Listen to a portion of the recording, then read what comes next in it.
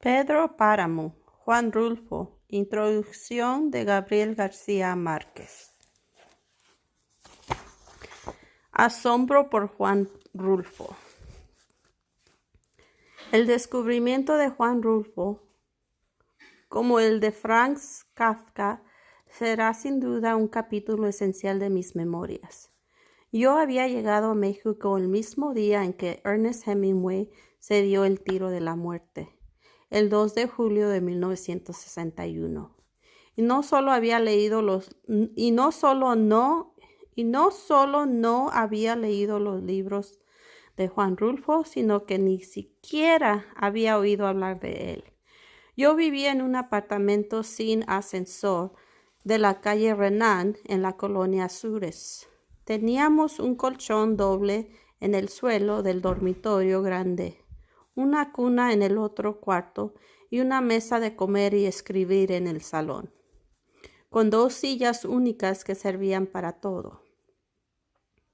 Habíamos decidido quedarnos en esta ciudad que todavía conservaba un tamaño humano, con un aire diáfano y flores de colores delirantes de las avenidas.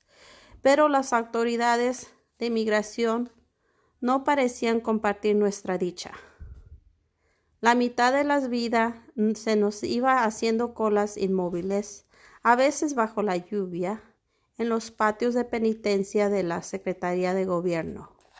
Yo tenía 32 años, había hecho en Colombia una carrera periodística efímera. Acababa de pasar 3 años muy útiles y duros en París y 8 meses en Nueva York. Y quería hacer guiones de cine en México, el mundo de los escritores mexicanos de aquella época era similar al de Colombia y me encontraba muy bien entre ellos. 6 años antes había publicado mi primera novela, La hojarasca, y tenía 3 libros inéditos. El coronel no tiene quien le escriba, que apareció por esa época en Colombia. La mala hora, que fue publicado por la editorial. Era poco tiempo después, a instancias de Vicente Rojo y la colección de cuentos de los funerales de la mamá grande. De modo que era yo un escritor con 5 libros clandestinos, pero mi problema no era ese, pues entonces ni nunca había escrito para ser famoso, sino para mis amigos, para que mis amigos me quisieran más, y eso creía haberlo conseguido. Mi problema grande de novelista era que después de aquellos libros me sentía metido en un callejón sin salida y estaba buscando por todos lados una brecha para escapar. Conocí bien a los autores buenos y malos que hubieran podido enseñarme el camino y, sin embargo, me sentía girando en círculos concéntricos.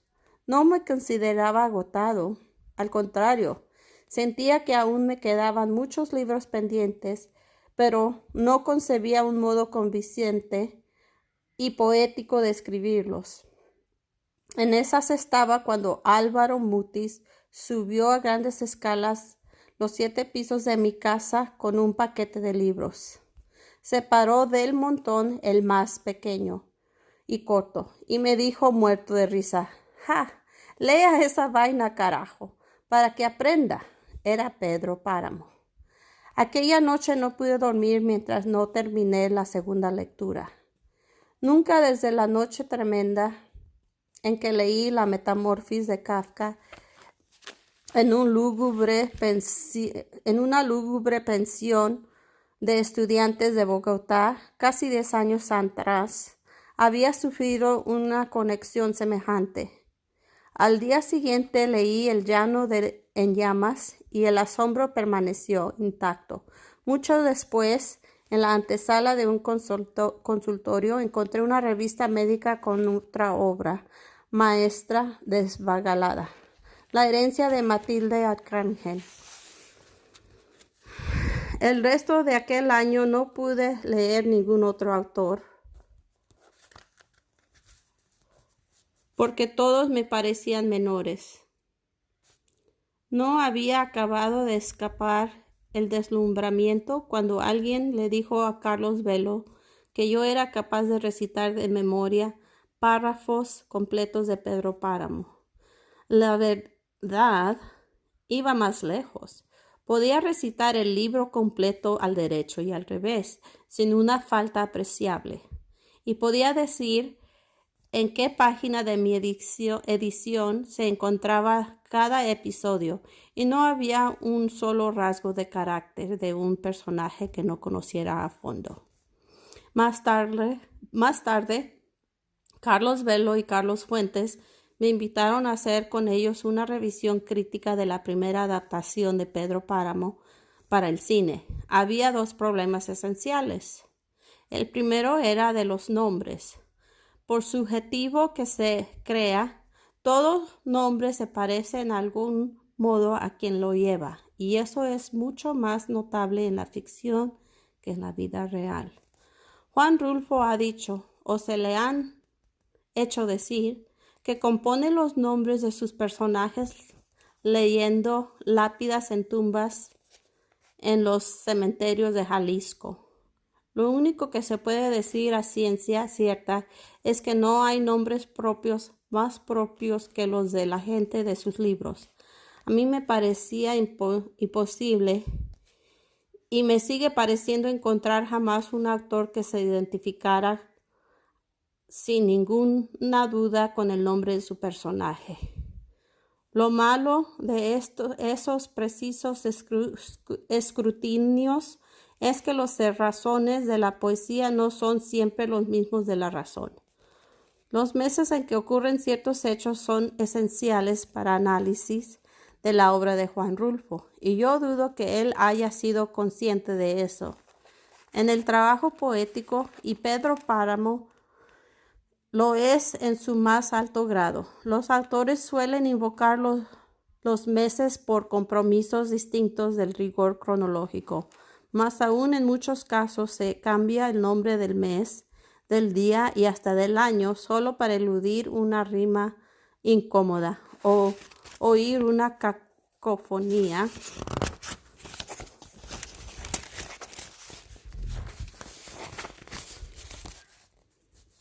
sin pensar que esos cambios pueden inducir a un crítico a una confusión terminante. Esto ocurre no solo con los días y los meses, sino también con las flores. Hay escritorios que sirven de ellas por el prestigio puro de sus nombres, sin fijarse muy bien si corresponden al lugar o a la estación. De modo que no es raro encontrar buenos libros donde florecen geranios en las playas y tulipanes en la nieve. En Pedro Páramo, donde es imposible establecer de un modo definitivo dónde está la línea de demarcación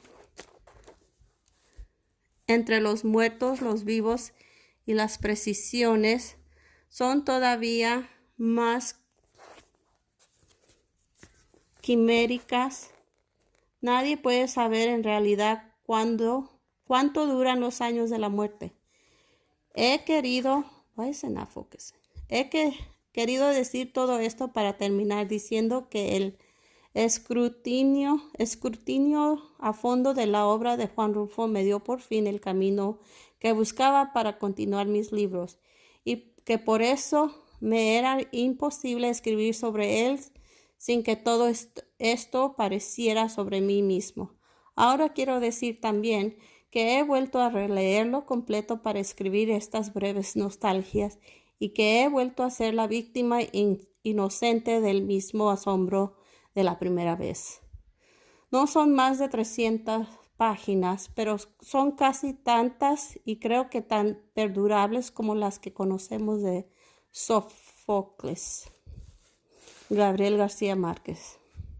El texto leído por Gabriel García Márquez el jueves 18 de septiembre de 1203, fecha en que se cumplió el 50 aniversario de la primera edición de El Llano en Llamas.